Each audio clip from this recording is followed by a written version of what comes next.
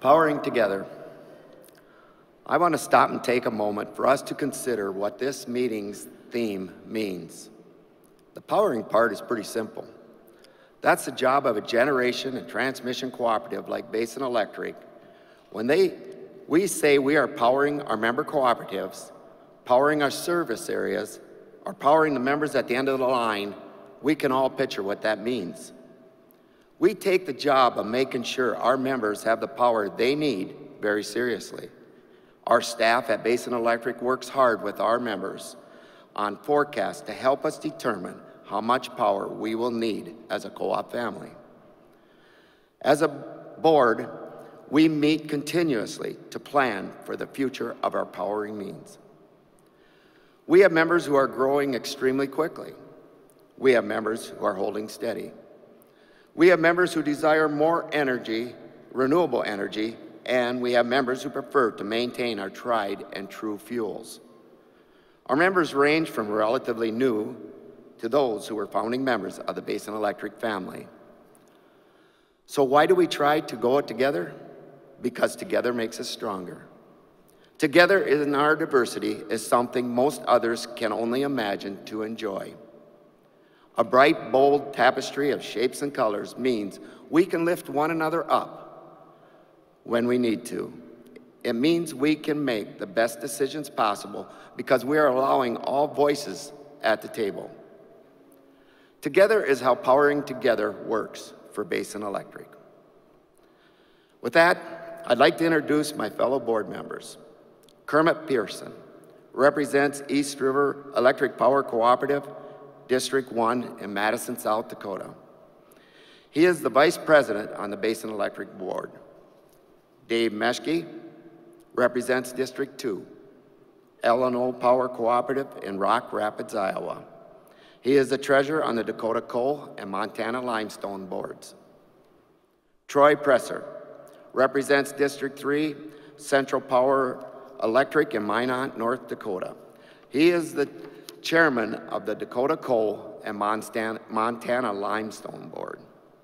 Tom Wagner represents District 4, NIPCO, Lamars, Iowa. Tom is the Treasurer on the Dakota Gas Board. Leo Breckel represents District 5, Tri-State G&T in Denver, Colorado. He is Assistant Secretary on the Basin Electric Board. Dan Glicko represents District 6, Central Montana and Great Falls. Mike McQuistion represents District 7, Rushmore Electric in Rapid City, South Dakota. He is the Vice Chairman on the Dakota Gas Board. Al Thiessen represents District 8, Upper Missouri G&T in Sidney, Montana. Al is the Chairman on the Dakota Gas Board. Paul Baker from District 10, Members First, Sundance, Wyoming. He is the Vice Chairman on the Dakota Coal and Montana Limestone Boards. Charlie Gilbert represents District 11, Corn Belt Power Cooperative in Humboldt, Iowa. Charlie is Secretary-Treasurer on the Basin Electric Board. On the Dakota Gasification Company Board, we have two external directors, Jim Geringer and Alan Klein. As I mentioned togetherness earlier, I dig deep into the cooperative culture.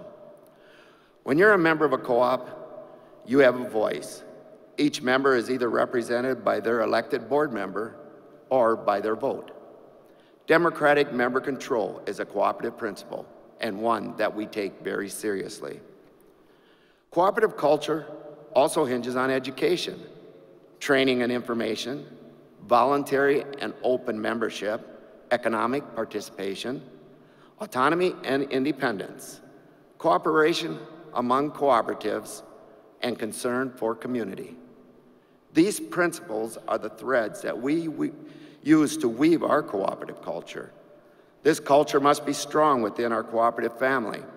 It should roll off the tongue of every employee and member that Basin Electric was built by you, is governed by you, and is owned by you. The need continues to educate our new employees, managers, and directors to be sure that we all understand this. Basin Electric is your generation and transmission cooperative and wouldn't exist without you. Last year was a tough one for our employees, as they lost many of their coworkers as we worked to reduce costs and therefore reduce the number of employees across Basin Electric. While this was a good decision for Basin Electric as a whole, our employees have needed to take on new roles and responsibilities to keep the organization running. This wouldn't have happened without the culture of service so inherent at Basin Electric. Our employees know who they work for and why that is important.